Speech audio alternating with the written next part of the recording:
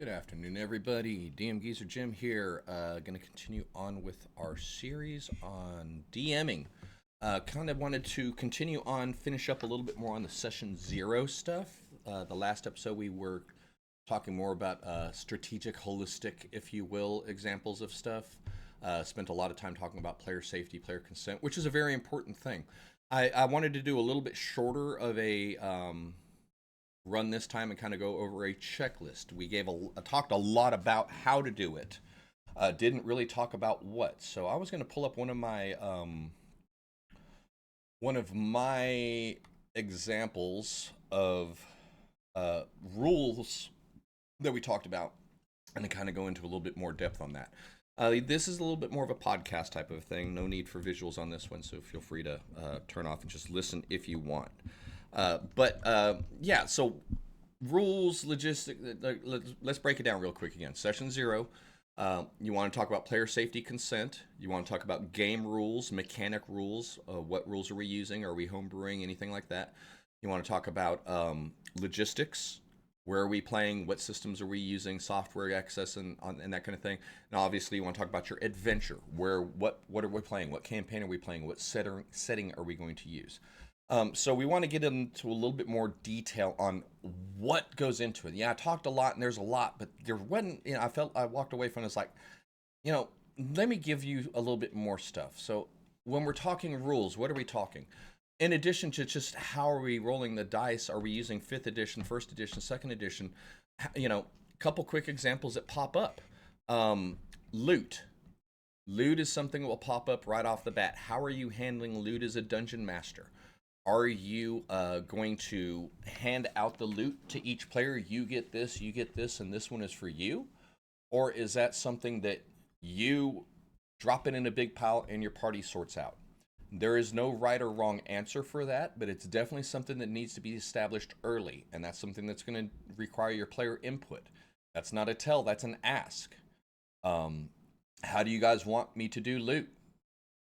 I prefer to do it this way, but blah, blah, blah.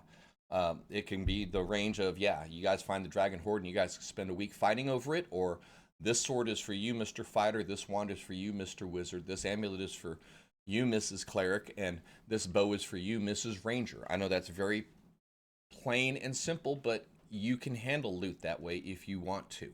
But that's something that's discussed during session zero. If your party's handling it, at what point do you intercede? If they're fighting over a sword, that's y'all's business, not mine. That's my personal stance as a dungeon master. There's no Sky Daddy going to come along and settle up a loot argument in the game, and that you shouldn't be doing that here. Okay. So and what I do is I real quick, I'm just going to show you what I'm looking at. Oh, let me flip it over here. This is a nice, simple Google Docs spreadsheet that I have that I use for the purposes of keeping track of all the little things. Obviously, we're not, I'm not going to make you read it. I just wanted to show you my reference document. I'm always going to try to show you guys what I'm referring to when I can help it. I don't, I'm a big believer in making sure we're sharing information. I'm not trying to gatekeep it. I'm always going to overshare rather than undershare. But anyway. Loot is something that can pop up early and often, okay? Establish your expectations and the party's, your role in that and the party's expectation during your session zero. How are you handling in-party theft? Are you allowing the party to steal from each other? Will you allow the rogue to pilfer through everyone's pack when he's on watch at night? Or is it a just say no type of a thing? If they're allowing for it, because it's realistic to do it, is it challenged rolls or is it passive rolls? What happens when the party's gone to sleep and the rogue goes through and steals everyone's cool, badass magic items and they don't have them the next day? How are you going to handle that as a dungeon master? Are you completely hands off? It is what it is. And if you guys want to take them and beat them up and hang them from a tree, you can do that. Or are you making a rule early on? No, you guys shouldn't be stealing from each other. The reality will fall somewhere in there. There's no right or wrong answer in there. My guiding principle is, would you travel with someone that stole from you regularly? If no, then your party leaves the group, blah, blah, blah. And that's kind of, I don't necessarily tell them to leave the group right off the bat, but that's kind of the baseline that I remind people as things escalate. Your party has to have a reason to travel together. And if the three of you decide that that rogue is no good for your party and you leave him here, if he wants to play, he can re-roll a new character. But otherwise, that character's out. That may be how you define it in your session 0. That's where you set that expectation. I'm not going to intercede until it becomes the point where the party is no longer functional. At that point, you guys need to act like real life adventurers and do what needs to be done. And Mr. Player, Mrs. Player, you need to roll a new character or find a new campaign if it got to that point. That's a session 0 discussion. That's not a session 52 discussion, okay? Because if that happens at session 52 and there's never been anything discussed, likely the whole group is going to blow up at that point, okay? And that's going to lead into PvP. Are you allowing PvP in your party? It's up to you. It's up to your party. There's no rule in Dungeons and Dragons in the DM's Guide or the Player's Manual, Player's Handbook that explicitly states one way or another on player versus player combat, other than to state that using player stat blocks as non-player characters is imbalanced, which shows you how powerful player characters are. Decide that, discuss that during your session 0. My personal recommendation is if you are a newer dungeon master and you're playing with newer players, I would say no. If anyone is more into the rules and more into knows their characters, knows how to build a character better than the rest of them, they're always going to have an advantage. That could potentially lead into a bullying situation. Potential. I mean, obviously, you're grown people. Your table can do what they want. But this is where you talk about PvP, if we're allowing it or if we're not. How are you handling travel distance? Are you hand-waving the 300-mile march from Lascaux to Neverwinter? Or are you going to play it out on a daily basis? Or are you playing it out on a mileage basis? How do you want to do that as a DM, and what will your party be happy with? I mean, that's a little bit more of a discretionary. This is where you tell your party, and if you get absolutely negative feedback on it, this is where you decide to make an adjustment or not. But this is where you gather that information. You don't want to surprise them. Okay, you guys have left Cormier, just left this town of Secomber, headed on the west way. You're expected to be in Baldur's Gate in 42 days. Okay, so day 1 at 9 o'clock in the morning, and all your players are like, wait, are we going to play out every hour of this trip? And you're like, uh-huh. They should have known that at session 0, okay, and should have agreed with that and been ready for that at session 0. Distance travel seems like distant, fast traveling versus walking. That's maybe the easiest way to use a video game description of it. Establish that expectation in your session 0. No one's feelings gets hurt. No one gets surprised. You're allowed to adjust. You're able to adjust as a DM instantaneously. I kind of made the example, but another, just to reemphasize it because it's on my list, is critical failures versus critical successes. Are you using a 1 is always a fail no matter what type of roll it is, and a 20 is always a success no matter what type of roll it is, which is an optional rule in the DM's Guild or DM's Guide, or are you going with just a natural 20 on a 2 hit is a critical hit, everything else doesn't count?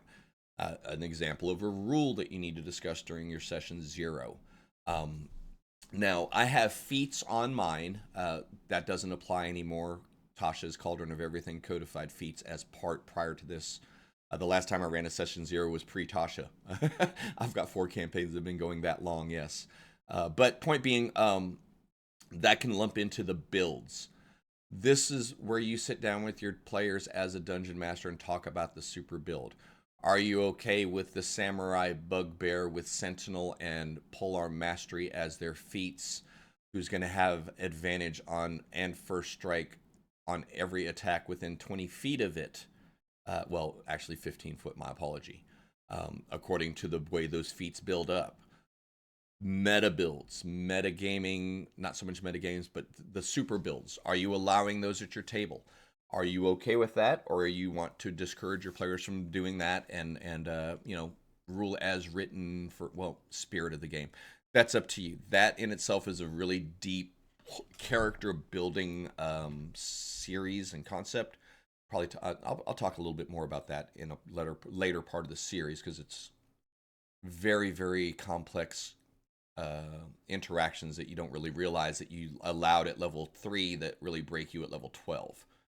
That's the easiest way to describe it. But this is where you kind of talk about that. Hey guys, let's just go basic character classes, player handbook classes and races only. No subclasses from Tasha's, blah blah blah. Your builds. This is where you're discussing that with your character, with your players. What races, classes, subclasses are you allowing? Leads into multi-classing. Are you allowing multi-classing as part of this campaign, this adventure, or not? Yes and no. Why not? Make that discussion with your party as part of the rules section. Non-player characters. How are we treating non-player characters? What I'm referring to as non-player characters, let me take that down another step. Hirelings, followers, pets, caravan driver, house goblin, whatever you want to call them. Are you allowing them in the campaign as a dungeon master, and what rules are going to apply to them? AKA, can you kill them while the party is away, or is that kind of a verboten thing? My example is one of my examples is Lasco. He's a caravan driver. He hangs out with the party, takes care of their 2 wagons, their 3 horses, and their petting zoo. Allows my party to be adventurers while they still get to do that thing. Plus side for them is they don't have to worry about maintenance. They don't have to worry about the downtime activities of taking care of all their animals, all of their horses, all of that. They have a mobile base. The downside is if they bring that mobile base within a certain range of what I've determined, then I get to kill them. So I don't attack their non-combatants until they make them combatants. That's something that you kind of need to look at during your NPC discussion, if you will. How are you going to handle pets? Is a wolf a pet? It is until I roll initiative on it, or it is until they say my wolf attacks, and then now it's just a combatant, it's a target. Make sure your player understands that if you use your pet wolf to attack me, I will attack your wolf. That's part of the non-player character bracket. How are you going to handle that? Straight up there. Something that falls in between the cracks a little bit, this is a little bit higher level, but as part of my checklist, we talked about detect magic versus identify. The rules for 5th edition magic item identification are very, very simple. I mean, if a person picks up an item, they can tell it's magical the moment they pick it up. Something's unusual about it. Used to not be that way. In my opinion, it invalidated a large use of detect magic. That might be a homebrew thing, but definitely make sure you're establishing the expectations between detect magic versus identification. A little bit more specifics. In-session rule discussions. We kind of talked about this in sessions where we talked about it before. This is an establishment of that. Like I said, this is my personal checklist for things. How are we handling a rule discussion or a rule dispute in game? Are we going with it, what the DM says, move along, take a note and move on? We can go with what the DM says, we'll look it up and adjust later. Or are we going to stop, drop, and roll, put out the fire, look up the rule right now, and learn from it on the spot? You can handle it any way you want. Just make sure that that's been discussed in session 0. Make sure everyone is on the same page with it. That way you don't have that first big rule breakdown where it turns into a rule lawyer courtroom for an hour, because you're not only arguing about the rule, you're arguing about how we handled the breakdown. Discuss the breakdown before it happens during your session 0. Downtime activities. Are you allowing downtime activities? Does your party get to auto roll for? That's a little bit more complex. That's more for a campaign type of a thing. Downtime being any time that's not active adventure. Are they allowed to do stuff during their long rests? Is there a week that goes by between a days of an adventure, and what are you doing? That's what I'm referring to when I say downtime. If, downtime during a short rest, long rest is handled within the rules, common sense dictates. But say like there's a 6-day journey. Okay, we've decided during our travel section that we're just going to fast travel. We're hand waving travel. So that's 6 days of downtime. Does your party get to do anything during that downtime? If so, what are they allowed to do? How are you going to educate it? Cost versus reward type of a thing. Downtime activities can really be kind of something that sucks up a lot of time during your session 0. Early on, it won't matter much because in your first couple adventures, there's not going to be a lot of downtime. but it is something to keep in mind. There's something to talk about. Potion mixing. Are you allowed to mix potions? These are a little bit more. What am I talking about? I'm sorry. These were specific for my campaign, so we're getting away from tried and true formulaic to things that, slight homebrew adjustments for my personal campaign. We talked about using potions, multiple potions. Back in the old days, if you drank more than, if you had 2 or 3 potions in effect, there was a percentage chance or a saving throw required for those potions to cause some sort of bad issue with you. I brought that up. My party's like, nah, there's no potion miscues. What about scroll mishaps? If you read a scroll and it goes wrong, XYZ. No, we don't like that rule either. Okay, so these are examples of homebrew facets from first edition AD&D, second edition AD&D that I offered up for fifth edition that were, for the most part, respectfully declined. Recharging items, recharge as normal was the determination. I was like, back in the day, you couldn't recharge an item. It had all its charges, and when it was done, it's done. No. We want our staffs to last forever. Okay. The cleave rule.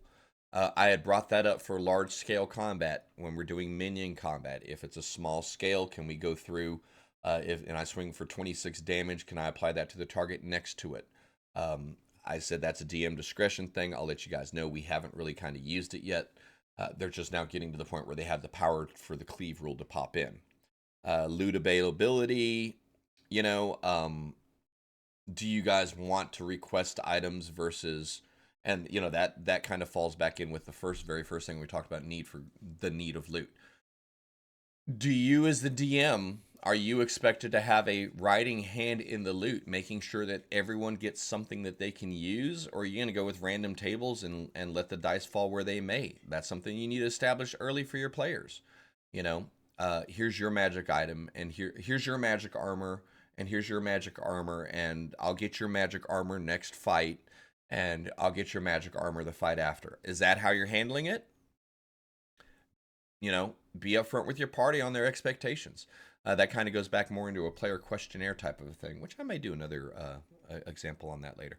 Yeah, like I said, I just wanted to kind of take a circle back into the session 0 thing, go over some specifics, some things that are definitively going to come up, that have come up in my experience during my games, that I've felt the need to codify and add to my checklist for session 0.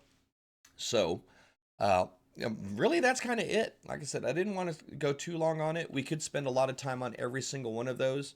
And, as we've discussed a lot during these series, even though we're trying to compartmentalize each facet of being a dungeon master, there's a lot of crossover. There's a lot of things that are dependent. There's a lot of interdependencies, I guess is a good term to use. But yeah, make sure that these are great examples of what you need to keep track of, what you need to be prepared for. Examples of things that can come up during your session 0. How do you handle loot? Are you handing it to the party, or are they getting a big pile and spreading it out themselves? How are they able to loot? Make sure that you're establishing it's going to take them time. Are you using encumbrance? Oh shit, I should have thrown that in there. Are you using encumbrance in your campaign? Do you care about tracking that kind of stuff? More record keeping. Encumbrance can negatively affect your player's movement if they hit a certain point.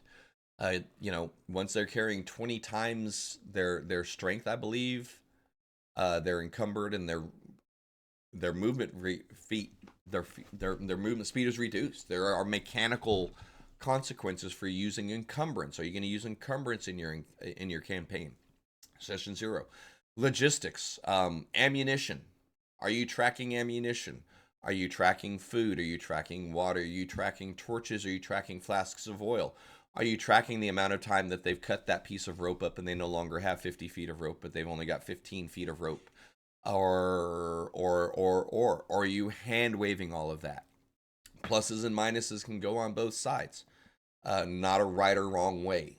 That's something that's going to fit your campaign environment, but it's certainly something that needs to be brought up. Yeah.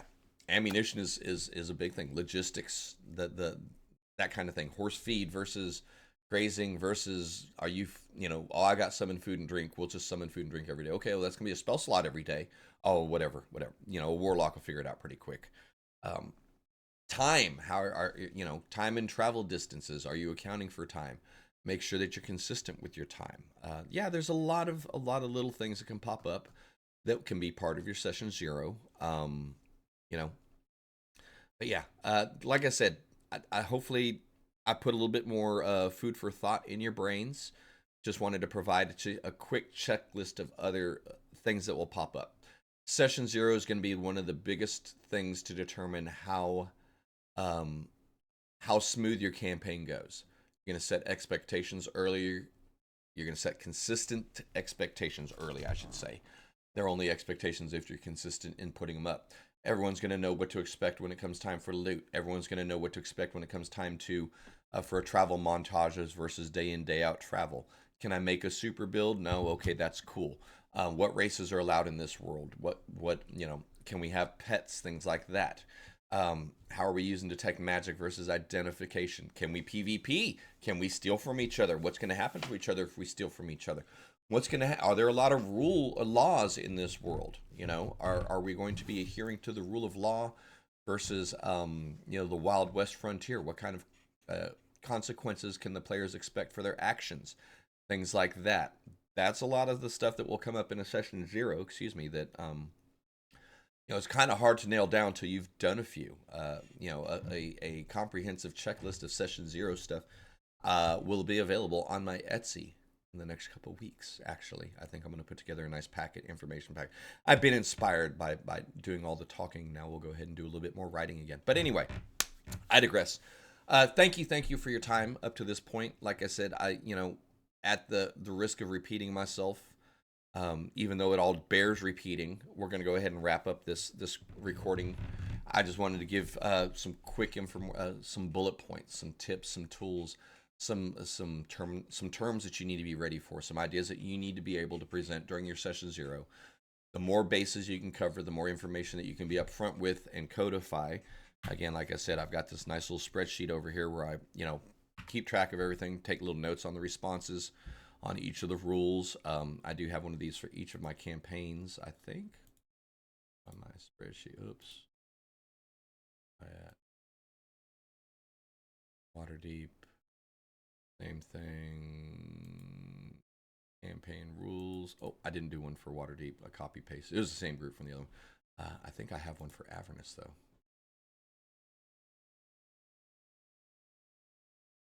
Campaign doc. Copy campaign compact. Yeah, loot, magic, loot availability, magic scarcity, note taking, distance travel, natural ones, multi-classing, feats, builds, races, NPCs, player respects, detect magic, in session rule discussion, stealing from PCs, so on and so forth. Like I said, so I try to make sure that I'm covering the same basic things in all of my session zeros. It's not going to hurt you to, and as you see, my document has progressed. Has gotten longer as we've covered more content as I've ran more session zeros. But that's the goal. You're only gonna get better at it by doing it, and the more information that you can cover early on, the more information you can cover early, the more your players can participate in the process, the smoother your sessions are going to go. Even when you have those rough spots, everyone's going to relax because there's been an expectation established. We have a commonality that when this pops up, remember we talked about this during session zero, we all agreed that we're going to handle it like this. Oh, okay, that's right. And we're cool, and you move on with your life. So they can make a big difference. But that's a good stopping point for this episode. Thank you so much for your time. I'll be continuing onto this series. I think we're going to get a little bit more into specific DM adventure design balancing. I'm probably going to spend some time talking about combat rating. What is it? What is it good for? And when are you ready to ignore it? But a lot of other stuff coming on. But yeah, thank you. Hopefully you've enjoyed the series up to this point. Like I said, I felt driven to kind of do a supplement to the session zero. Talked a lot about holistic, strategic stuff. Now I wanted to talk about specific tactical stuff for you. But I appreciate you guys' time. Like, follow, subscribe, share. If you have any questions, comments, concerns, anything, man, drop it in the comments. I'd be happy to chat with you there on it, or I'd be happy to do another video on something that you guys want to hear. But appreciate you guys, whether you've been here for 5 minutes, whether you've been here for the whole period of time.